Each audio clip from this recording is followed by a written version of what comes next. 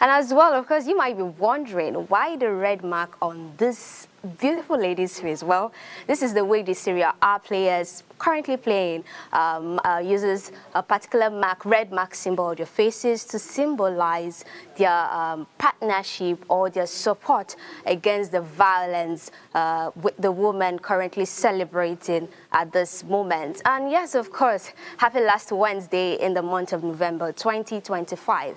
So today's major conversation has really become an open secret, because if you've spent even 5 minutes on social media like your Twitter, Instagram, TikTok, or even Facebook, specifically in Nigeria, you've seen it. The bullying, the dragging, the insults, the threats, and how bad it gets, especially for women. So now imagine a woman could post a picture, and a snap of a finger, you could find in the comment section statement like flat breast, lose weight, you are too fat, you know fine, or even just a post speaking your mind. Then you could get responses like, you they talk because they never beat sense enter you. Well, I am Goodness Idehe, and with me are my co-anchors Triumph Akinboye and Oluchi Omenka. Together, we will have a rich conversation with our guest, Betty Haba, on the team Unite to End Digital Violence Against Women and Girls. And we are going all the way in honestly, clearly, and without pretending these things don't happen. Let's meet my leaders. Hello. Good morning. Good morning. I saw before we went live on the show, both of you were trying to hide your smile, probably because of the way I looked. When you start to learn Italian? No, today I'm in the spirit of the Italian. No. Pardon my Italian. Buongiorno, ahimè, bellissimi Nigeriani. Buongiorno. All right, we'll go on a quick short break right now and we'll return.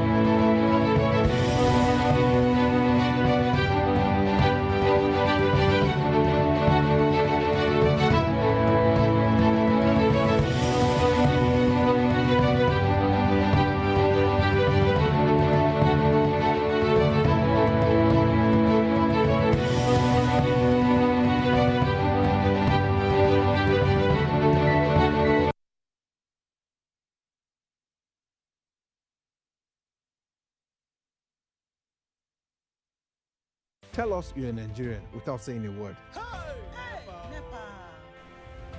Energy security is one of the most pressing issues for many developing countries like Nigeria.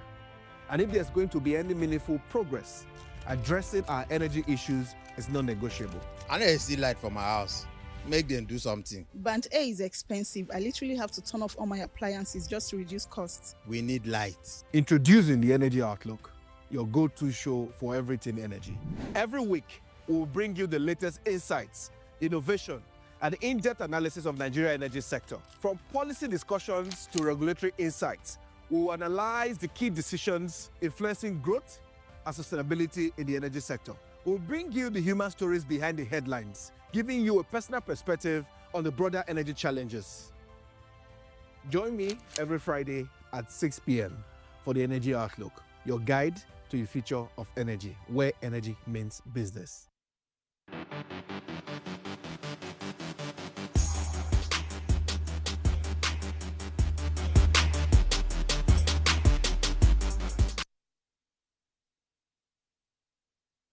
Welcome back, my beautiful Bellissime Nigerian. And yes, before we went on a quick short break, we were about to meet my ladies on this table. And yes, hello, good morning. Bonjour, mademoiselle.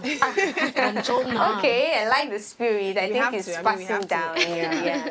How have your day been? Well, the day is just starting, isn't I know, I'm coming down here, public transport. Today is just starting, but there's so What much is currently happening in the country? Latest news updates. People are saying the news. I don't want to be a bearer of the already bad news that we see every day, but the profession requires us to let you in on the latest and trending stories, and it's not funny anymore. I mean, we're hearing release today, capturing tomorrow, release today, capturing tomorrow. So it's almost like some people are playing a game with us, and that's what I was telling Triumph behind the scene. Who exactly is using us as their puppets? Because at this point, it's beyond your complaints at this point too, and it's quite saddening. I think this is where I'm going to stop. I'm really not feeling so glad with the current, terrains in our society. I'm not feeling great at all. What about you, Triumph? Do you know what is really getting to me in this whole situation is seeing bandits going on TikTok live. I'm wondering that is this the 2025? Is this the new strategy, the addition to the ideas that they bring to their table? You remember that I was talking about the association of Kebbi State bandits. Now they have decided that okay, one of the honestly association of bandits in Kebbi State. Now one of the strategies we are going to deploy is that we are going to be jumping on TikTok live. And I have seen several videos. I was sharing one video with Oluchi just now, where this particular bandit is saying or is talking about the fact that it is the government that is sponsoring them, allegedly. However, I was expecting that maybe the government will actually come out to investigate the matter. How do you know that it's not another party too that has paid them to say it is the government, so that they are painting the government in a light that they want Nigerians and that to is see? why the party, the government in power, yes, the government, the party in power, yes, should now do something about that particular news that I'm talking about, because silence is also the voice of a traitor. If you're not saying anything, that also means that maybe there is really something to it, because this is not the first time we are hearing things like they are sponsoring us, they are this, they are that. So I expect that the reaction to this is to actually get down to the reason why, especially this particular association, maybe this association is Association of Bandits in Kano State, because I don't know the association that one is coming from. What happened? What's going on in Kano State? Why is this person saying this kind of thing? But we don't even hear all these things. I kind of watched two news like that on the Instagram. It was being brought live by News Central per se, and they interviewed two separate people. But the first one, there was one of these ruling power man in the northern region that claimed that the bandits are actually fighting for an allocation in the Senate, yearly budget list. So they need to get that one. I say if they could come into an agreement with them, give them what they want, maybe there might be peace in the country. And as well, they also made mention of what have been happening in the northern states. It's just a tip of the iceberg. That their main target is Oyo, Ekiti, one under, I think, Ondo and Lagos. So I'm wondering that if what they've been doing was just a tip of the iceberg. So what should we be expecting afterwards? Let me even quickly say something. I don't know why in this type of situation we are giving voice to Sheikh Gumi. I don't know what's going on. I don't really understand why this particular person, they are not even saying that maybe he's a criminal from the government. They are not doing anything to him. He's also the one saying that maybe if Nnamdi Kanu decides to accept that he is guilty of his crimes. I'm like, two criminals, I don't understand what's going on in this country. He has become an advisor now. He has become an advisor. I'm like, there is really to wrap up this no sad law. News segment. I would just say I'm also bothered about the rise of fake news. I mean, that's true. Can I tell you the honest truth? I know I read the papers every day. I hear different things from different blogs, but I honestly do not know which one is true at this point, because there are a lot of conflicting information. And again, if you want to even tackle the root cause of any problem, you should at least start from the truth. And that's what many Nigerians are missing. So it's almost like this race that we are chasing is what they call a rat race. That needs the special help of God. Well, we just hope that everything will be in place soonest. So right now we'll move to our newspaper section where we look at the news, the biggest news making the rounds on the front pages. And we have The Guardian, The Daily Trust, and The Punch newspaper this morning. So I'll be starting with Oluchi Omenka to take us through our newspaper. Definitely. So just to reiterate again the same things that we've been saying, The Punch newspaper has the headline screaming, "Kidnapping spree escalates as federal government negotiates hostages freedom. 18 mothers, children and others abducted in fresh Kano Kwara raids, Kebbi girls freed, and federal government defends negotiation with bandits." Above that, we also see more information. It says Wike block ask court to nullify PDP's convention. Below that, Sanwo-Olu presents 4.2 trillion naira 2026 Lagos budget.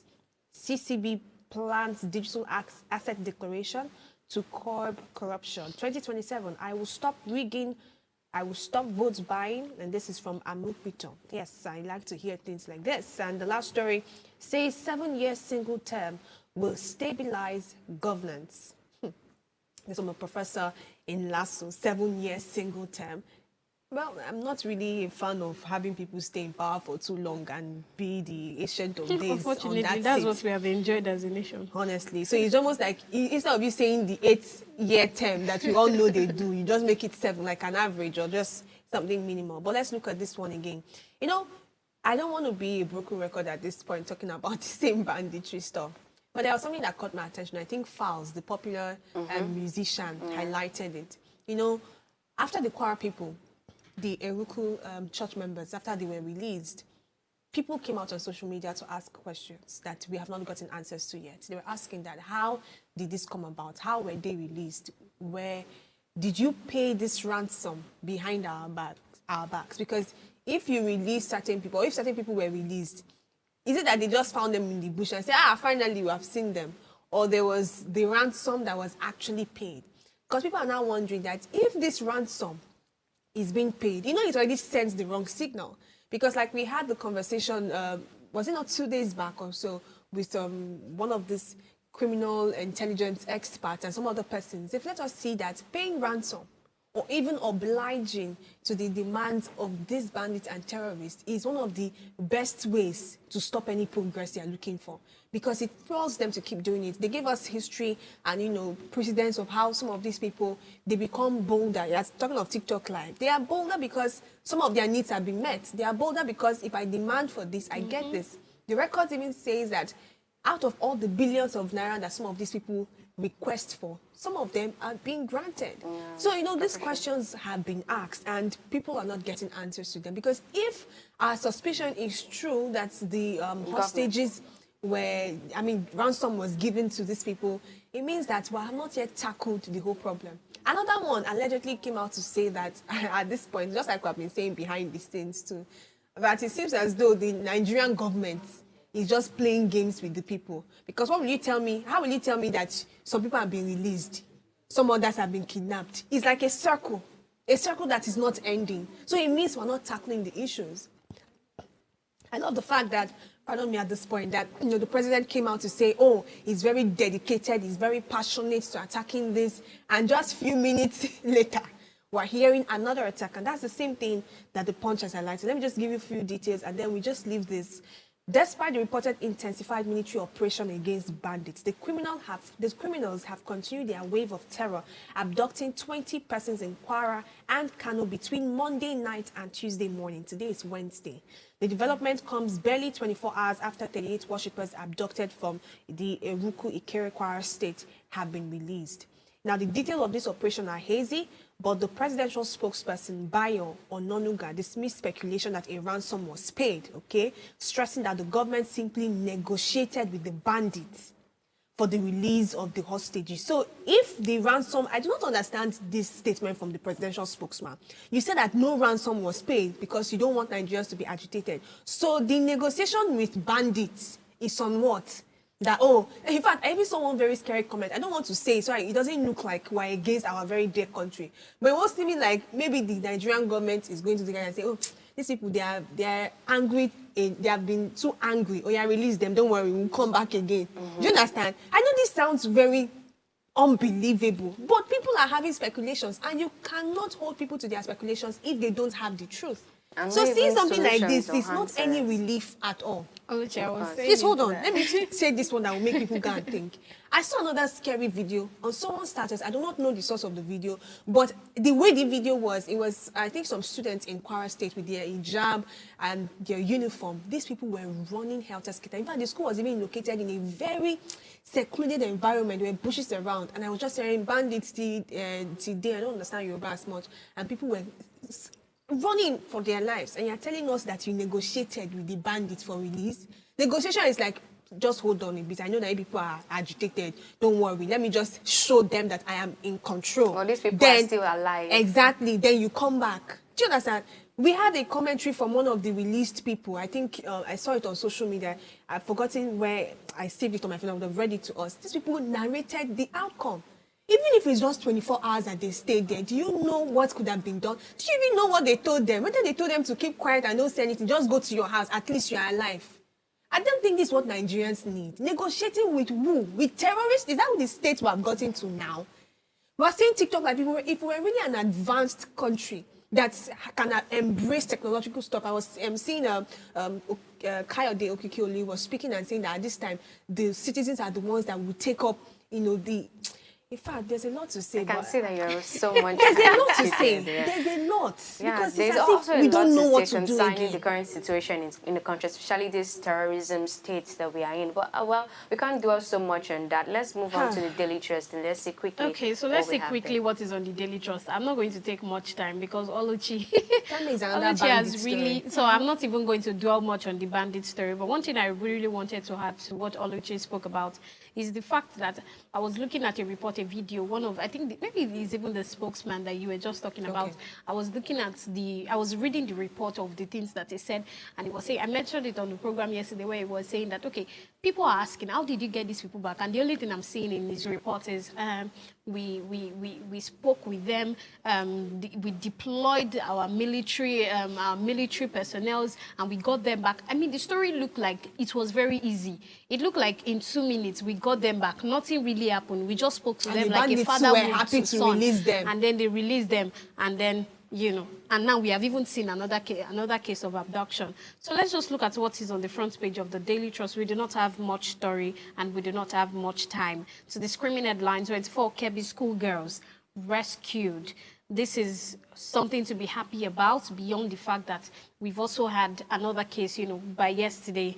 And then below that, 8 days after, PDP secretariats remain shut as factions head to court. I'm really glad I took them 8 days to not even decide to go to court, because I'll be wondering why you people are going to court in the midst of all this robodion that is happening in the country. And that place should remain shut, because till now I've not seen Wike in all of this. Meanwhile, that week that this whole PDP thing is happening, you were seeing him everywhere with the land issue. But it's all right. And then to the last story I'm just going to be taking here, Kaduna attack, Mamu received 50 million naira from ransom fund. That's during the Kaduna rail attack in 2022. They received 50 million naira as their ransom fund. That's the people, the abductors. And that is what, Daily Trust was trying to highlight. So that will be all that I am going to be taking on the Daily Trust newspaper. Oh, that's a very quick one. Now, let's just quickly look at what the Guardian has to say. Just picking out one particular story, digressing from what the agitation on this table. And it says, INEC vows crackdown on election rigging. That's just below the masthead. That story is just giving you, let me say, a sum of hope against the 2027 election, as the INEC chairman, Joash Amopitan, has vowed that come this election is going to combat and also join efforts to combat all forms of election rigging, including vote buying. We see what played down in the eastern region, where a lot of people were speculating. Yes, I didn't want to make mention of his name, right? Why not? Was it not in the paper? Because allegedly, it's not allegedly. He said that it was a way of motivation. So, and yet we're yet to genuinely confirm we are even that. looking at what would really happen with Amukwito. When I saw that headline, it was not my story, so I didn't want to talk about it, where he has promised that there will be no vote buying. Yes. And I am really Annual looking forward election to the rigging. 2027 election to see if the same confidence will be what, you know, our dear INEC chairman is going to be having. But I hope that that's the same confidence he would still have. All right, we go on a short break right now, and when we return, we'll be joined with our guest, Betty Abba. Please stay with us.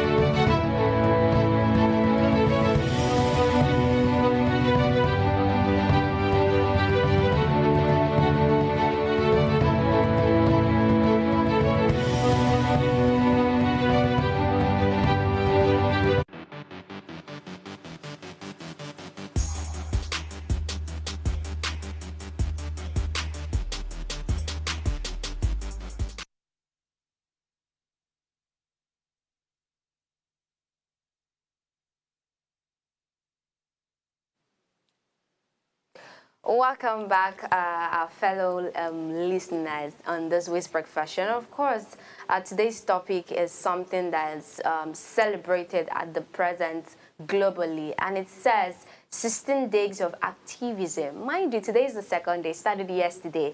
Unite to end digital violence against women and girls. And at this moment, we'll be joined later with our guest. She's a women's child rights advocate who will be joining us to have a swell conversation. But at the moment, I have with me Triumph Akinboye and Oluchi Omenka, who will first dissect and bring the step-by-step opening to this conversation. I know that at the beginning they were all laughing at me. I'm still going to reinstate on that words, but well, today's celebration day is against digital violence, and it's not just as light as it seems, nor is it a cruise or a banter. It is what has been labeled as something not what we should praise about, because it is now a social concern. It is everywhere around us, on our phones, in our group chats, in the comment sections. And some people even create fake accounts to just even give it a little more of intensity or a broad knowledge, just to torment girls, sending messages that can ruin a whole day, a whole week, and a whole life. This is what Nigerian women face online. Can see something like harassment, body shaming, deep fake manipulation. Deep fake manipulation is just like when they take a picture or a face of someone and then use these AI tools to make it look real, and see most especially using these pornographic videos and sort. And we can see something like threats, leaked images, stalking, endless insults, and even hate speech. Like, we get that a lot. If we even look at coming to the entertainment part of our programs, like even the Big Brother Nigeria, we see so many Big Brother housemates, once they return out, or even while they are even in the house, you see them taking pictures of probably their bodies and everything and taking it online to probably rain curses at them, or you see a lot of insults, body shaming. I mean, I can list a whole number of names, which I don't want to do, because this is also a way of also protecting their image and also respecting their identity, right? So digital violence has become a global problem, not just happening specifically to Nigerian women, but to every other woman in the world. Presently, from November 25th to December 10th, the world marks the 16 days of activism. This year's theme, Unite to End Digital Violence Against Women and Girls. It could be students, influencers, professionals, or even teenagers just trying to post normally. And I come with my ladies to ask them. The first question I want to ask you, I'm sure that at least you've spent over 20 years in this world, one way or the other. 15. 15 years, okay. Oluchi says Would we address her Allegedly, as she's such? 15. Oh, okay. Can She's you a excuse- teenager. All right. So, over the time, in one way or the other, you must have experienced a situation where probably your classmates, or even on the social media, you try to tweet or make a post, and somebody will say, oh, they never slapped you before. Why will you make such comment? So, I want you to just briefly give me an experience of yours, You know, when I saw concerning this digital violence. when I saw this topic, digital violence, I experienced one this year. I have said it on this table before, and I am going to keep saying it because that was the first time that digital violence got to me, and it even cost me to do certain things. So there was this time that I was running social media ads, right? I was running social media ads. I think the target for that ads was profile visit, and the content of that ads was telling people to come and record voiceovers, and then I'm going to, help you record voiceovers that will help your business, something like that. And then this particular day, I think I was not on Instagram throughout the day. Maybe I was going on Instagram in the night, and I did not know that there was something happening in the comment section of that particular post already. I got into the post. Come and look at what these two, I think they were two particular ladies were doing in my funny how that they were section. even ladies, fellow ladies. You know, Please, this thing gets to me. I want to hear the interested. tea. This thing gets to me a lot. In the comment section, trying they were to like, put us in which suspense. English do you think you know how to speak? Look at you, don't even know how to talk well. You don't even know. I am not joking. Oh, this thing got to me. It got to me immediately. I did not even think about it for too long. For somebody, I don't have identity crisis. I mean, I know who I am. So, but this particular moment, I was wondering who I am. Because it came as a shock. It came as a shock because What I was was now not your expecting. I was also looking at the time that this thing has been on my page since for way too long. I'm running ads. I'm expecting clients. As soon as I saw it, I shut down the ads. I removed the post. I removed the comments. Why? You removed the post. I'm not joking, no. I removed the post. I removed the comments. So if you're talking about digital violence, that's why when I now see celebrities, when I see somebody like Vicky James, I think she was still dragged recently about a comment that she made about the fact that she actually respects women who can do so much. pays her And then dues. you find out that it is also like this, my same gender that are coming out to drag her down. I could easily relate. For somebody that even has audience, I remember one time Vicky James was coming out to, maybe during one of her birthdays, one of the shots that were made, and she was talking about the fact that she actually took a break from social media, I think depression and all of that, after she got married to her husband. And the reason why is because, you know, after she got married to her husband, there were a lot of giving us back to back, you know, with her husband. And people were coming out to say that, we know all the Even the things that they moment are she saying. had her haircut, Your husband they is were not like good a- enough. You are not fit enough for your husband, or your husband is not fit enough for you. People just have different things to say. So for somebody like me that I just have maybe like a little over 1,000 followers, and then I am seeing this type of thing on my comments. If it gets to me, I can tell you that digital violence against women is so real. And it is not just real because it is not even only men that are Attacking the yes, women that are attacking the women. online. You see women attacking women. When you go down and you look at all those pages, you're just wondering that what's going on. So for that post, it was later. In fact, throughout the night, I did not sleep maybe until late midnight. I was now calling people that I don't understand what just happened to me. What kind of thing is this? But that was what happened. I think you will share your thoughts when we have. Now, right now, we have our guest with us, Betty Haba, a women and children's rights advocate. And at this moment, she is going to be joining us in this world conversation. Good morning, Betty. Good morning. My pleasure to be back here again. Thank you. Good morning. All right, so just a quick one. This is just an eye opener to today's conversation. Are you celebrating the second day of the 16 days of activism against the violence against women, digital violence? All right. Thank you. So right now, we're doing a lot of mobilization online, a lot of sensitization online for people to be alert to the various aspects of violence against women, which, like you mentioned on your show right now, includes digital violence. And we have a number of events coming on because this is 16 days. We have up until 10th of December. So right now we're doing a lot of social media mobilization because this is something that is really critical. The internet has brought a lot of good to us, has united the world, has informed people. In fact, I just made a presentation and I got a lot of information from GP chat. So, but also the internet also has come with a lot of harm, a lot of evil, and to the point of claiming so many lives, especially of women and girls, women and children, every year. So it's really, really good that there is a spotlight on ending digital. There's a spotlight on digital violence this year as part of the team, the main team for the 16 days of activism. Of course, you know people that have died through meeting people on Facebook and all of that, and a lot is happening. Also, with regards also to the impact on children, how children have been lured into all kinds of pornographic activities, lured into all kinds of very bad relationship. A lot of pedophiles going rampant, going on rampage online, tracking young people and destroying their lives. So it's really, really good that there's a spotlight on digital violence. All right, thank you so much. That's a very good one, a great one in way of celebrating the second day of the activism. Now let's move on to the main theme of today, digital violence against women. I want to shed more light. Now we want to narrow it down specifically in Nigerians because we are Nigerians, right?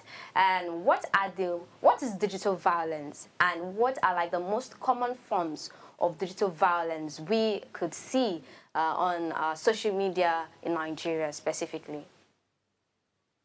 Okay, I think we have a lot of, for me, what comes to mind easily is online bullying, and then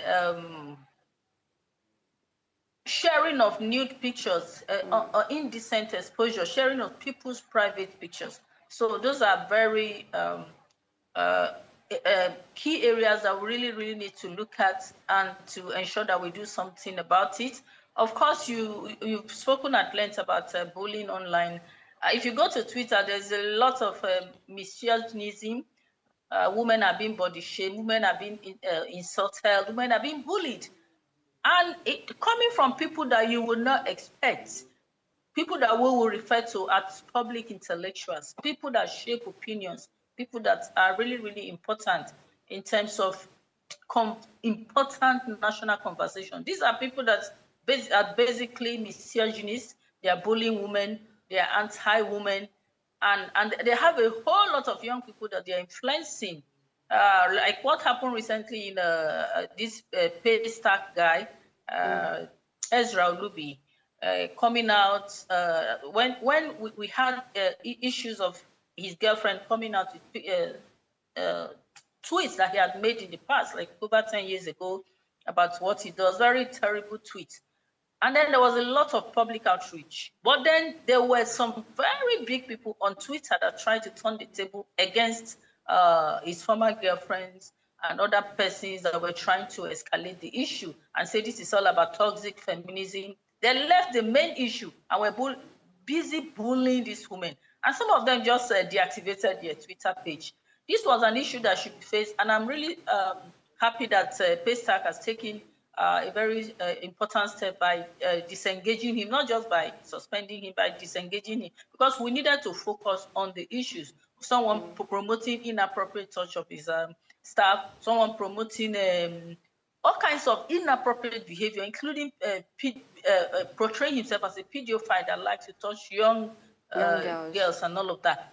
And then people turned the table and were facing people that called toxic feminists and were insulting them, body shaming them, and emotionally blackmailing them. So there's a lot of bullying online. I've been bullied a number of times, but personally, I try to stay off Twitter most of the time because there's you can easily be traumatized on Twitter. There's a lot of toxicity on Twitter, and most of them come from men trying to bully women. And then, of course, sharing of nude pictures. Of course, you know about the case of Tiwa Savage, the case of so many people. I've seen, when I was a journalist some years ago, I saw what has traumatized me, and I somehow have not been able to actually get out of that trauma. There was a woman, I think, a staff of MTN or Airtel at that time, I can't remember, one of these telecommunications company went abroad with, they had a staff training abroad, and then she was involved in inappropriate relationship with another of the staff. And then somehow, I don't know how, they were taking pictures and all of that. So her nude pictures got leaked. And then one of our staff called me and said they were just busy looking at it and screaming and said, come and see, come and see. So I came, and they were just scrolling down the nude pictures. I mean, it was horrible. I don't know how that woman survived it, but I know that her employment was terminated, I think with a lover or so immediately, and she was a married woman.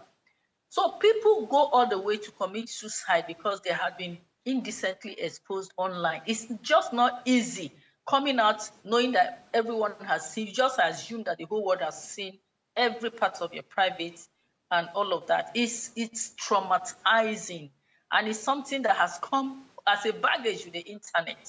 So it's I'm really happy about the online, is it bullying? Some of the Digital steps taken by the abuse. government in terms of Okay. digital what again? Digital violence, or in other words, digital abuse against women. No. The cyber bullying act. Okay, cyber bullying. I'm talking about cyber bullying act, and part of it is part of the point in the cyber bullying act is to stem the tide of releasing of nude pictures and bullying. But then the government has also turned the table against us. Rather than going after bullies and people that do us and embarrass people and hurt people online, they're not turning the tide to go after critics of the government, influencers that defer. That criticize the government. So it's not really, really good. I think the government should really scale up that cyberbullying act and ensure that people are safe online, that people go to online and do things that are decent. Just recently, a youth copper, I think this week, a youth copper was recalled from his primary place of assignment in Kaduna State because he wrote some very nasty things on Facebook about how there are so many girls in the school where he's serving, and he's going to sample as many girls as possible. That was horrible. The tweet went viral, and then he was recalled to the headquarters, and his pictures were everywhere. I really, really like that the NYC stood up to that indecent act and punished him. And I hope that even his he will get an extra year to serve as a deterrence to others. You just can't be reckless, because we don't live in a banana republic. This is a country that's guided by law and order, by rules, both online and offline. And we have to adhere to them as long as you are in the country. All right, thank you so much. Like you've said, the governments really need to take full enforcement of the Cyberbullying Act of 2015 into more efficiency in the state. But we'd like to take a break now, and when we return, we'll continue with these conversations. Please stay with us.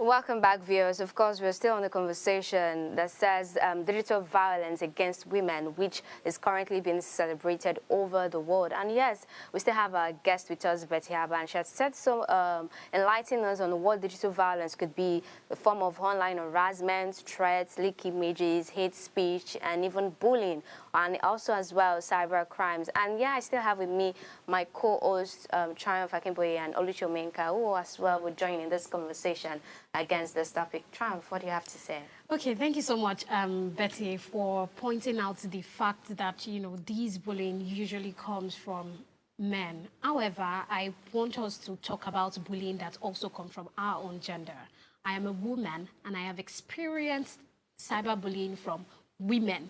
Women are the only ones I have so far. I mean, as I keep growing, you're going to experience more bullying. But so far, I have experienced cyberbullying from women. And that's for that reason, I would have to talk about cyberbullying among women. You know, when women are now the ones that are actually bullying other women. I understand that women come out to support each other. You hear things like women supporting women. However, there are still women that are, it feels like the kind of identity that they want to embrace is that I am going against every woman that is not going that is not going for the way of life that I believe in. So thinking about all this, because I've been thinking about how do we deal with this. I was making an example to this celebrity Vicky James coming out to say something about women.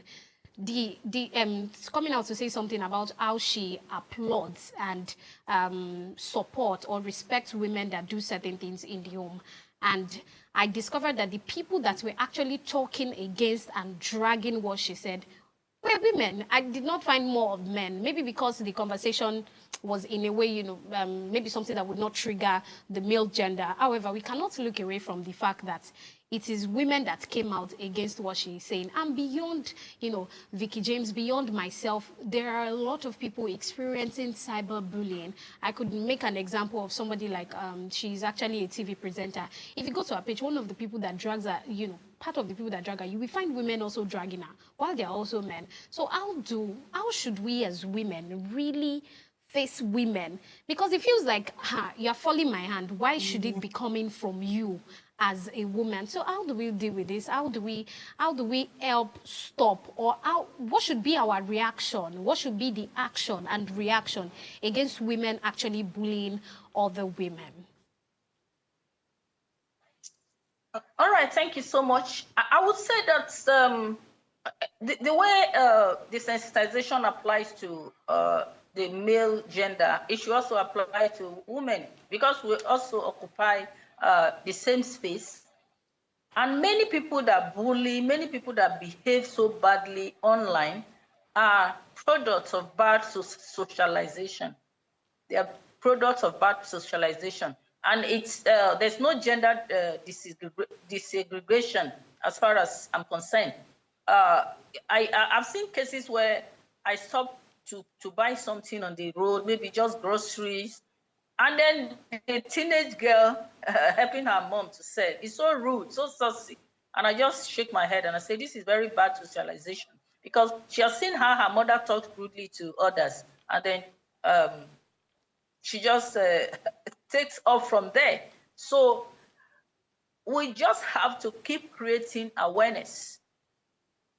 And then people that behave badly, we also have to shine the light on them. Like what happened, what I just cited, the case of the youth corps member in Kaduna State, who was saying very horrible things about how he was sexually abused teenagers in the school where he had been posted to.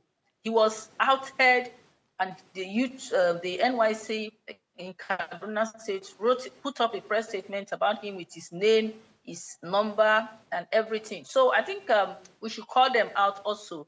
And then where possible, they should be brought to book.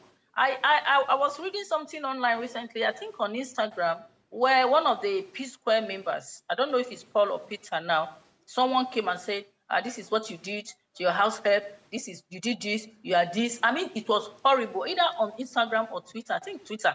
And at the point I read that, he was going to take up that young girl. I think he was going to sue her or drag her to the police. I think people should behave responsibly. And then specifically talking about women, we should also keep reinforcing the fact that women should support women. When I go to events, almost every event I go, people just keep on holding on to this old cliche and saying women are the worst enemies. I don't think that is right, because as someone running an organization, See Hope, and being a woman and children's rights activist and a journalist, my biggest supporters over the years have actually been women. So we should not allow these people to becloud the reality that women are women's greatest supporters. And we should rebuke them, and where possible, we should bring them to book. Because, I mean, it could happen to any of us. And people's names are tarnished, people's careers are ruined because of online bullying, because of all kinds of negative posts, all kinds of scandalous and very negative and untrue posts, and all kinds of lies and falsehood that have been spread online about people.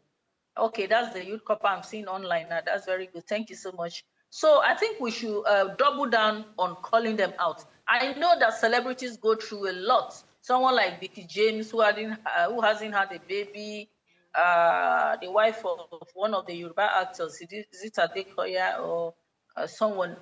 I mean, they've been dragged for not having babies. And having children is a very, very emotional thing.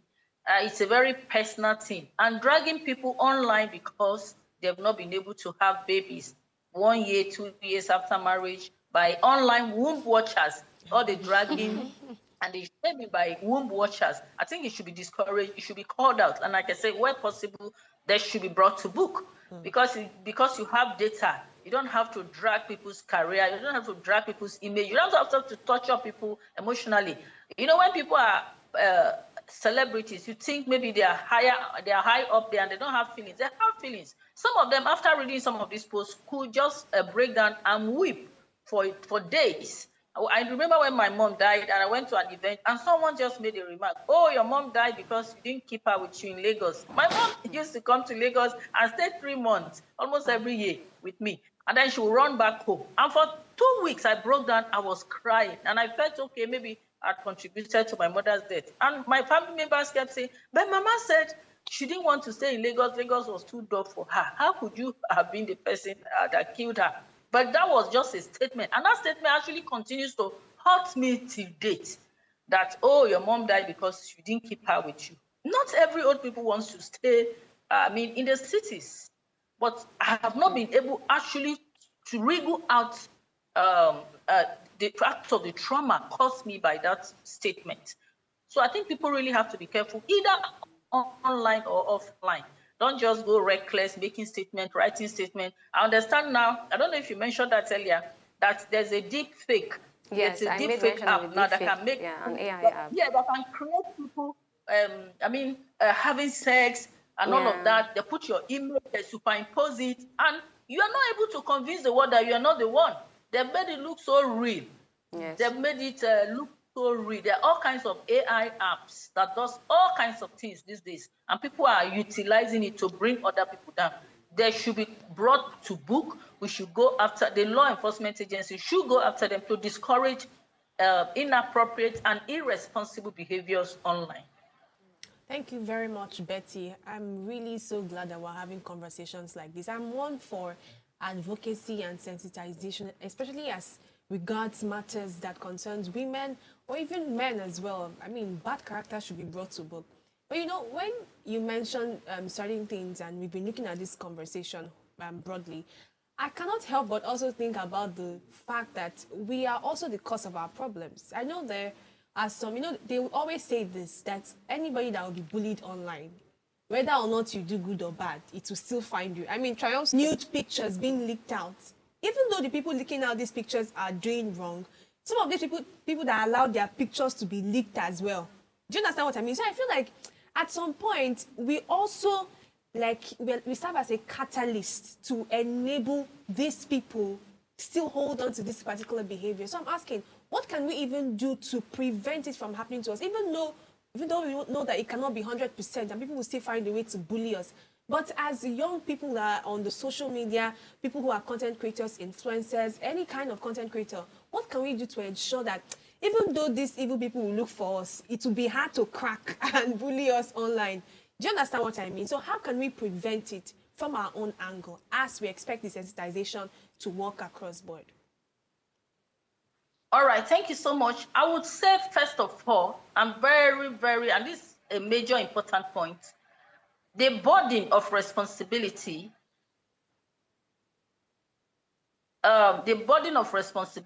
when it comes to online bullying, online shaming, and all of that is on the violator. I have a right to live my life. I mean, you cannot just intrude into my life and put out my pictures without my permission. So the burden of responsibility, the burden of decent action, first of all, is on the person that goes out of his way to intrude into another person's life. Okay. You have no right, absolutely. I mean, to comment on my lifestyle, you don't even have a right. I mean, to make any comment, because your position about my life your opinion about me really doesn't count. So it's not your business. It's I'm living my life. Just live your own. And if your life is dull, look out for something to stir up excitement.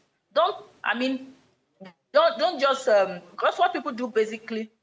Many people are traumatized. The economy is bad. The rate of unemployment is so high, and all of that. So they look for where to just pour their trauma.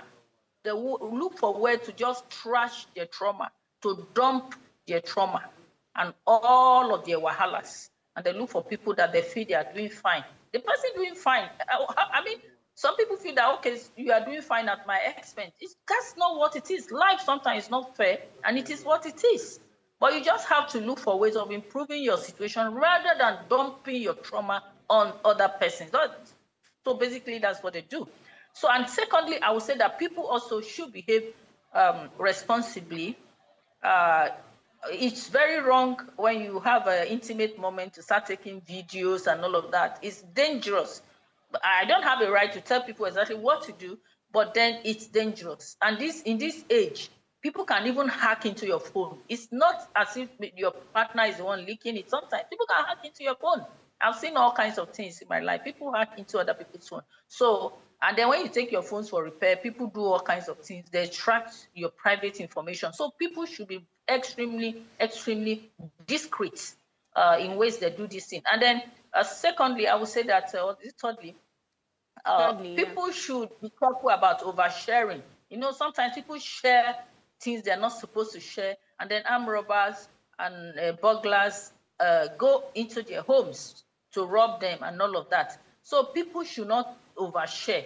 I know this is social media. You want to stay lively. You want to update your friends about what's happening in your life, but you should be discreet about it. You should be discreet. Don't overshare, because when you overshare, it triggers some people somehow. And then when you put out body parts that you're not supposed to put, and they extract it and use it in ways that you do not like, then you are hurt. So people, first of all, should not should take responsibility and not invade others. That burden of responsibility, they need to restrict, to be, not to invade people. It lies with the violator, because this is my life. This is not your life. You are not my police. You cannot police my life. You don't have that right. Secondly, people should be discreet in what they do in their private moment. And in general, they should just be discreet. Thirdly, there's need to reduce oversharing on social media. You don't know, social media is so, the impact, you're sharing something and someone in Pakistan is responding. Someone in Nepal is responding, is seeing it. Most times, some don't even express, they don't show that they've seen anything, but they've seen it.